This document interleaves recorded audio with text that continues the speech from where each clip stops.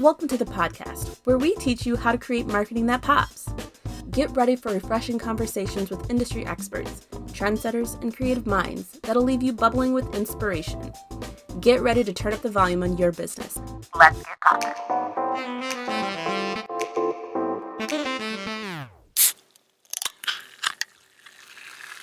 All right.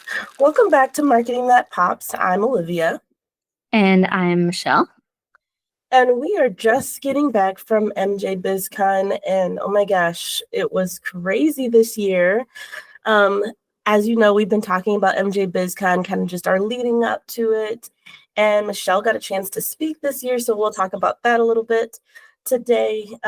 But if you don't know what MJBizCon is one of the largest and most influential trade shows in the cannabis industry. It's an annual event that's held in Las Vegas, where cannabis professionals, entrepreneurs, and businesses, they gather to network and learn and showcase their products and services. So today we're going to be talking all about our experience at MJBizCon 2024. Yes, how tired we are. Exactly. But before we do that, obviously we got to start with our debunk myth. Yes. So, Michelle, cannabis conventions, I think that people always have like a preconceived notions of what that might be. And some people might think that it's just for like potheads or like a place for people to just go and buy weed. What would you say to somebody who would have that type of thinking about a cannabis convention? Yes, it may like sound that way, or like I know many people that I tell I'm going to it, they're like, oh, okay. But really, it's for business, right? So it's the majority, I would say, are B2B people, but there are retailers there. We're not standing there smoking pot while we're talking to people. We're not doing any of that. It's really about what are the right tools to be using to produce certain product, whether it's the gummies or the flower or whatever that may be, like the different products like lighting or racks or filtration or humidity control, things like that. So it really is and has elevated since we first started going, about 5 years ago. So when we first started going, there really wasn't I guess people were just starting to get into the cannabis industry because it was just starting to be legal and didn't really understand how they could do this business. And I think now it's very much more mature and people are really like, it's much more professional now. Yeah, it's crazy when you go to a cannabis convention like MJBizCon. And speaking specifically about MJBizCon, it's huge. I mean, it's when you see it, it's like, oh my gosh, I didn't know that there was like this many, different sectors or things that kind of go into or even touch cannabis, like you said, like lighting or like I don't know, like racking systems. There's so many different things. Like there was even some banking institutions that were there that, it's hard for bank or cannabis businesses to get certain kind of funding. So there's lots of different ways and businesses that are touching this industry. So I think too, there's like businesses that are taking their traditional business and spinning things into that. So I know, like, for example, and she wasn't at this event, but I have a client that has a hair salon and she is now offering like infused cannabis in her massage and in her hair products and services. And so it's just an additional revenue source for for people. Right. And so it's, people are being like really creative on how, now that there's this opportunity that things are legal, how could, I, take advantage of that? Yes, exactly. So speaking of creative, Michelle, how do you feel like ThrivePOP did this year? Like in terms of like past years, what do you feel? Just tell us a little bit about our booth. Okay. All right. So tell y'all a little story about our booth. So every year, like, we try to kind of elevate our booth, and last year we spent a lot of money on, I wanted it to seem simple and just pull it out of the box, boom, boom, boom, it's up and we're ready to go. But then everybody else does that, right? And so then we don't really stand out. And so Olivia had this really great idea, and like, her and some of the girls in the office were trying to like explain it to me, and I'm like, I'm just not seeing it, you guys. Like, what do you mean we're not going to use our trade show booth? And I'm like, how? What? And I just like couldn't say. I'm like, whatever. You guys are in charge this year. You just like, I'm just going to show up. You just handle it. And it was like really cool. And basically we did these stands, and then there were these plastic shimmery things that as the light hit it, it flickered. And we got a 10 by 20 booth, which was an island booth this year. So we were able to have the hanging sign above, which was a big deal. Yes. Because we had a pink booth in a very male dominated trade show. And so it was like very easy to find us. And what was surprising to me is that everybody wanted to use our booth as selfie, wall area. And we had this whole theme of, pink pony club type of thing. And we had the music going. We were wearing cowboy hats and the glitz and glam. And so people would come by and, take their picture. We had a lot of influencers coming by and like, oh my God, this is a great photo op, and they tag us and all of this. So it really was exciting to see that, because it really, when you have something like that, it like starts that conversation very friendly. It's not like, so tell me what you do, blah, blah, blah. It's like, oh my God, can I get a picture? Ah! And then, here we're all, taking pictures for them. And then, we're talking about, what do you guys do? Da, da, da, da, da. And so it goes from there. But that's kind of like the story of our booth. Now, we also, this one was my brainchild, which was, so we always have to rent like flooring and all of this type of thing. And so I'm like, how can we do this in a cheaper way? Like, I hate like spending all that money on the carpet or the tile or whatever, but we wanted something really cool. And so we found over on Temu, if anybody ever shops on Temu, they have the different squares that They're like puzzle pieces. Yeah, they plug in like a puzzle piece, kind of like the workout pieces. And so we did a light pink and a, kind of a hot pink. And so we ordered enough to like fill our 10 by 20 booth, which looked so cool. It did. So between the wall and the flooring, now here's the problem with the floor is that there was already a base carpet laid down. And then, which at first we were thinking, oh, awesome, because now it will be extra cushiony.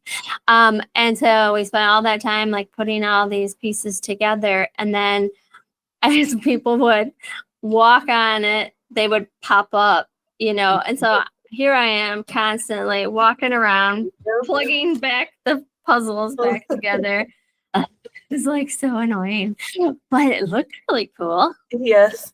And that's the thing about trade show booths and events in general. It's like, people don't understand like the setup that goes into it. I mean, the trade show itself, it started on Wednesday, but we got there on Monday, and thank God we did, because we had enough time to, like Michelle said, put all of those puzzle pieces of the flooring together and then really figure out how all of this stuff was going to come together.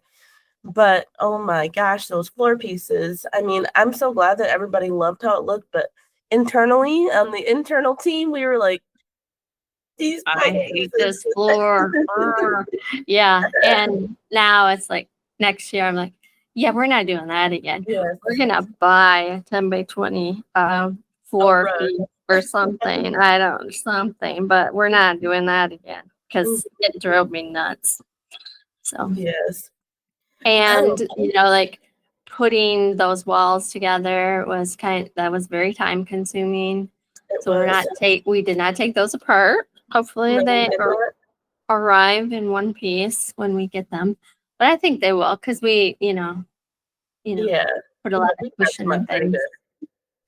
But like when you were talking about trade shows, it is a lot of work. Like Olivia was saying, like not only did we go set up, build the booth, then we're marketing people. We're sitting on our butts, right? Like we're not like manual labor, and we're not used to that. And so, oh my gosh, by the time that the trade show started, we were already whipped. And then, you're just standing, talking to people, and this place is huge. And I think I got about 16,000 steps in every day that we were there. So it's crazy.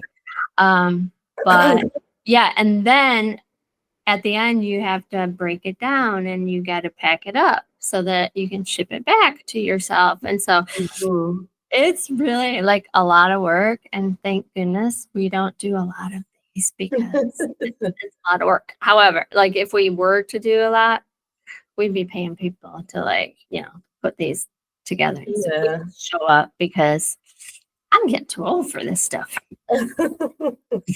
Me too.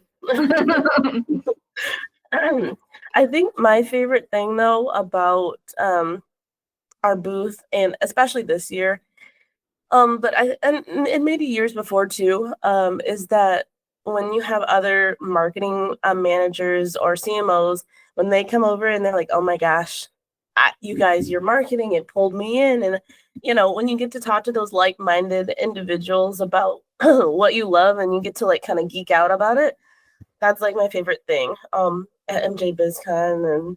And just talking about other people's setup and just kind of giving everybody their props and their flowers at that time is so fun. Michelle got the chance to talk to Love Buds, if you want to talk about that. Oh, well, yeah, a couple things. I was going to say, we were nominated for one of the most intriguing booths or whatever, and which was very cool because there's some major booths there. We're like a little 10 by 20. And also, like Olivia was saying, like people would come up to us and be like, you must be marketing, and then we're like, yeah, that's what we do. They're like, well, you got our attention, so and I guess when you're thinking about if you're going to do a trade show, that's the key. You got to get the attention. You can't be like everybody else. Don't be like just having a table and standing behind it and being all boring. You gotta be super creative, and you gotta have a theme and so even forth. If your product, especially if your product is on the boring end, or like, you gotta have something that's gonna bring people in, whether it's like maybe you're doing popcorn at your booth, or maybe you're like one of the booths, it was like a smaller booth, maybe it was only a 10 by 10, but they had on their backdrop, they're like, oh, find Waldo in our backdrop. Like, where's Waldo? And that was just like a super simple, thing, but it drew us in, and we came into their booth and we talked to them. So it's really about trying to figure out different and creative ways to, engage with your audience. A lot of people have fun bags, and we're like, oh, where'd you get that bag? And, like as girls, we're like, oh, we got to have that. And so we're trying to hunt down who has the cutest bag or the cutest swag. You got to find your hook to bring people in. Mm-hmm. Yeah. And like I know Olivia was talking about Love Buds, and so this is a company, they were right next to us, and they ended up winning for the best booth, which they did deserve it. Like they did such a good job. And it was like university themed, and it was a full-blown campaign, like every piece of it.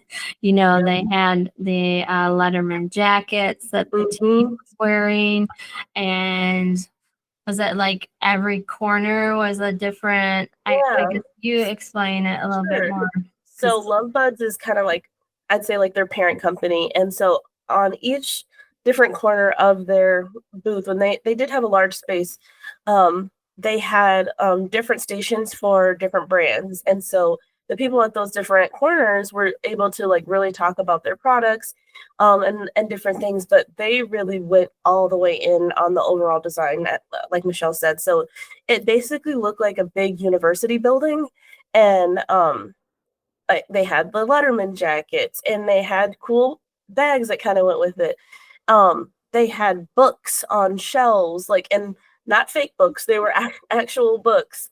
Real books. Because when we were all tearing down, I'm watching these guys. I'm like, wow, that really sucks. Because they're like to cart in like all these books and then like place them on the bookshelves. And I mean, just the detail that went into their booth. And maybe some people don't notice those things. I do, but yeah, I mean, like really, really cool. And then they had t-shirts that said "Love You," like with a heart. It was really cute, red one. I didn't get one, but they're gonna send me one. So I was jealous about that, but yeah. And then ended up the vice president came over to me. He's like, "Oh my God, you're ThrivePOP." I'm like, "Yeah, we're ThrivePOP." So it was kind of cool to like connect with them and so forth. But yeah.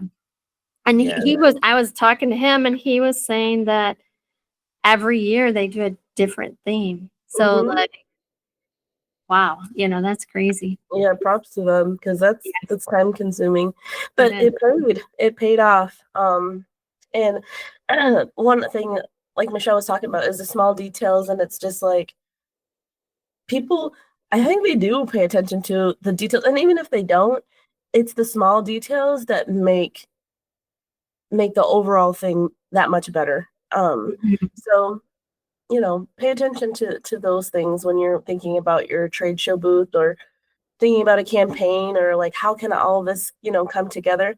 And one thing that he did mention as I was kind of eavesdropping on the conversation, he was talking to Michelle about how a lot of people don't want to walk around with like a big cannabis leaf or like a big nug on their shirt. And so I appreciated the fact that he was talking about that. And with his merch, like Michelle was saying, they had the "I love you," and then on small text on the back, they had like lovebuds.com.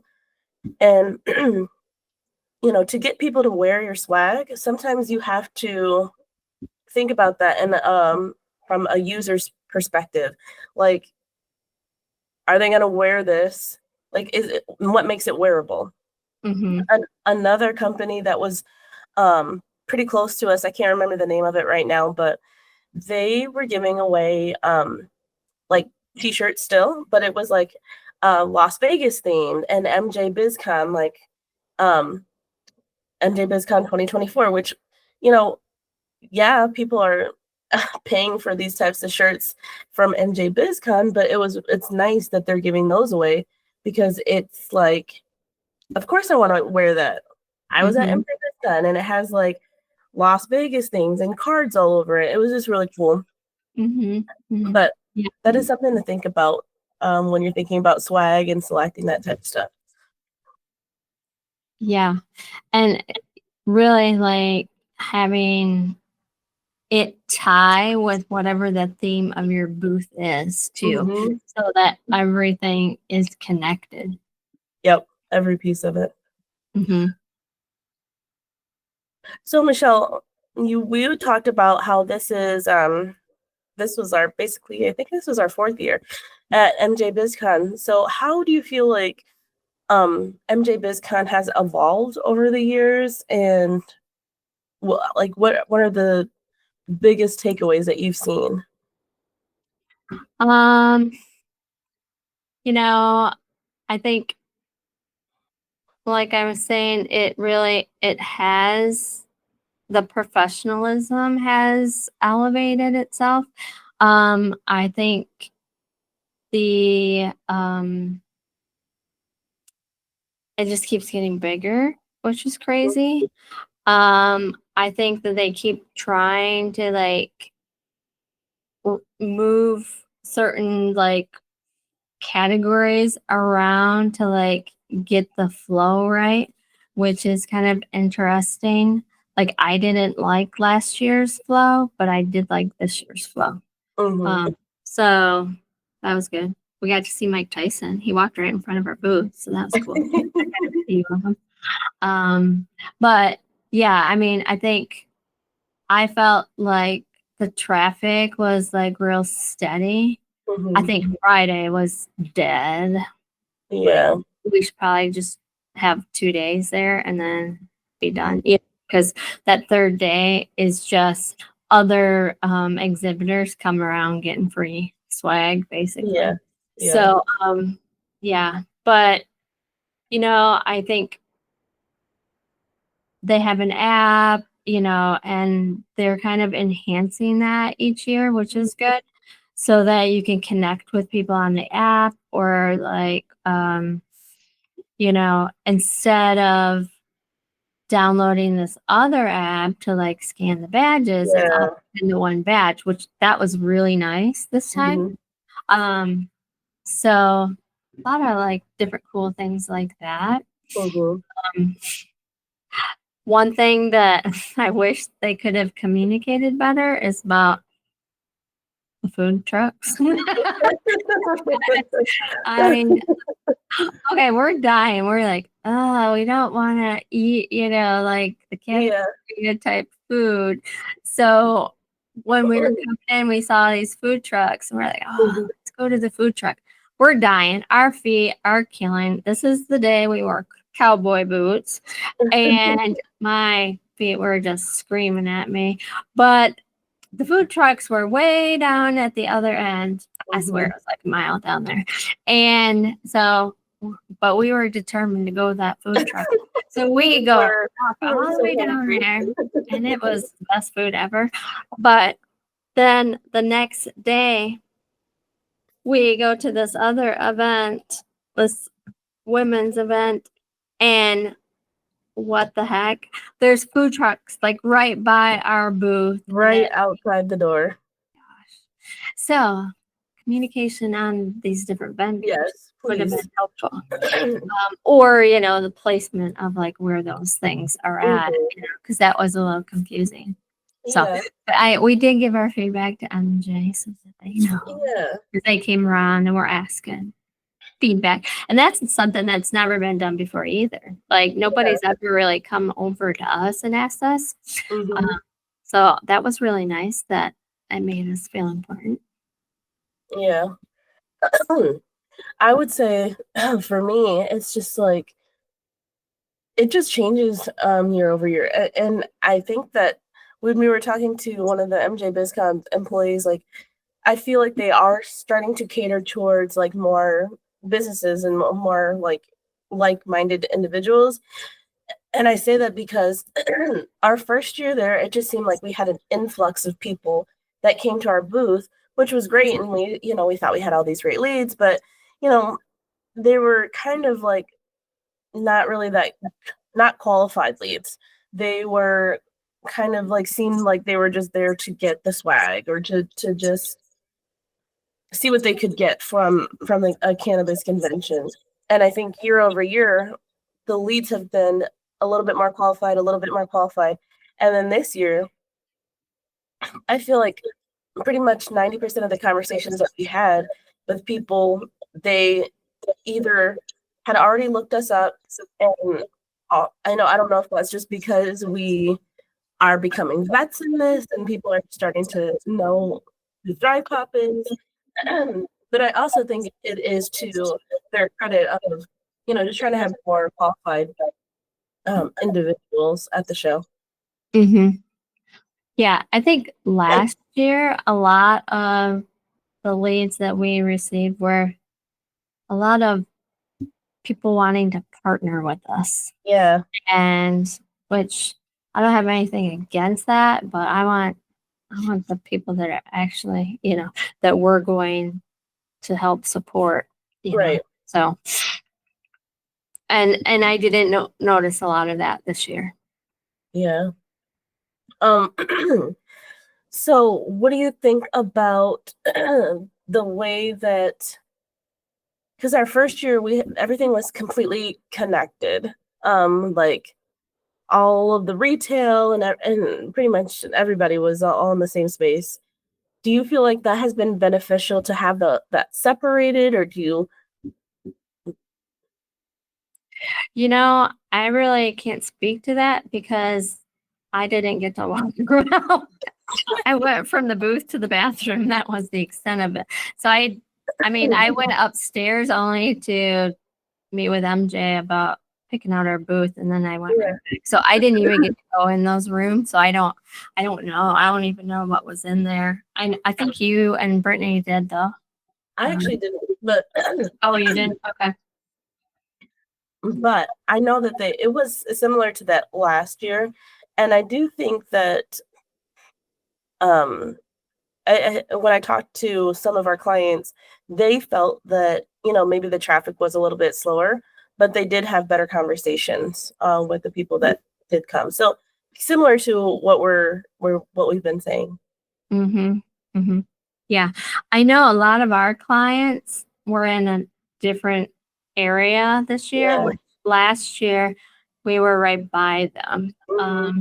So that was a little more difficult because we want to go get social, for them, take videos and pictures and stuff like that so that we can post while we're there in the moment. Mm-hmm. So and that made it a little tough because they were so far away from us, but that's not MJ's fault, but yeah. So I have final two questions for you, Michelle. What would you like to see in the future for ThrivePOP at MJBizCon? Well, I would like to see us being more involved, maybe even getting a bigger booth, being able to afford that and advertise, because these are very expensive events. So just being able to go, sometimes is really expensive. So, also being able to attend the conference to get educated. This year I was able to have because I spoke, so I was able to get a pass to go to the conference.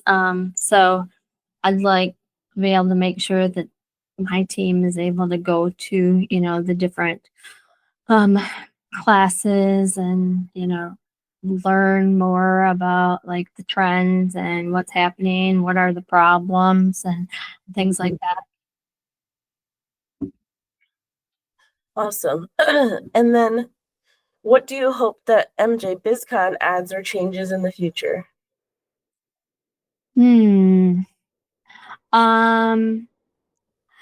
It would be nice if the after parties were not so late at night because Yes. tired. No, it'd be nice if they were at like 8 o'clock or something and went till 11. But it's Vegas. And so I think, and I'm old, so,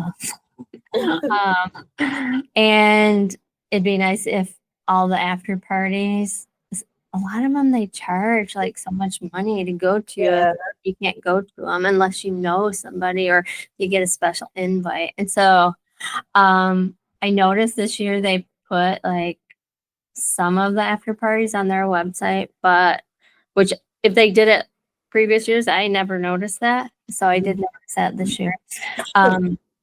But I would like to be able to attend more of those so that we can like do more networking after the fact. Mm-hmm. Yeah, I would like it if they were like more communicative about those after party events and just in general. I mean, the food trucks would have been nice to know about. But there was other things that I think were happening within the event. There was like more speaking engagements that I kind of wish, even if they had like done some more like over the speaker announcements, anything like that, just to alert people like, hey, this is about to get started, or whatever have you. Maybe even more push notifications from the app. So basically what we're saying is MJBizCon, if you need a marketing agency, ThrivePOP is here to help you. Yeah. I agree though, like the over the loudspeaker announcements would have been like really helpful, especially for the major things. Like, Yeah. say the, women empowerment is starting in 5 minutes, or, Right. things like that. I think that would have like put people into gear to get over there and, just, hey, reminder, this is happening over here. Mhm. So that would be helpful. What was cool Mhm. is I was able to get interviewed by Cultivated too, which is another podcast. So I look forward to seeing that, and we'll share that with you all so that Yes. everybody can see that. And Mhm. it was cool that people came up to us and said, hey, we listened to your podcast. That was really cool. It was very cool. We made a lot of good connections with other people who have podcasts that hopefully will be featured on our show soon. Yeah, that was very exciting. And I was like, you guys listening to us? That's awesome. Yes. Yes. We need reviews though, guys. Like, Yes, give us some review. So yeah. So if you guys if you didn't attend MJBizCon, and you're thinking about going next year, we still have our guide available that you can get because we're vets at this point. We know a thing or two about MJBizCon, so if you're planning on going, it'll tell you like things that you should avoid or things that you should pack or all those types of things. So we'll have that available to you. And then if you missed Michelle's presentation about AI, we're going to have that up on our YouTube channel. So we'll be linking that below as well as the presentation. And we also have a couple of free goodies for you guys. So definitely check out the show notes, and we'll have those things listed down there for you. But as always, thank you for listening. We survived MJBizCon 2024. We Thank survived. God. Yes. And, I didn't freak out too much speaking in front of all those hundreds of people. Did great. All right. Well, we're going to check you guys on our next episode. Bye. All right. See ya. Thanks for listening with us today. Stay tuned for the latest in web marketing and design from ThrivePOP. Want to be a pop star? Head over to thrivepop.com/podcast to join our mailing list for episode notifications, sneak peeks, listener feedback, and more.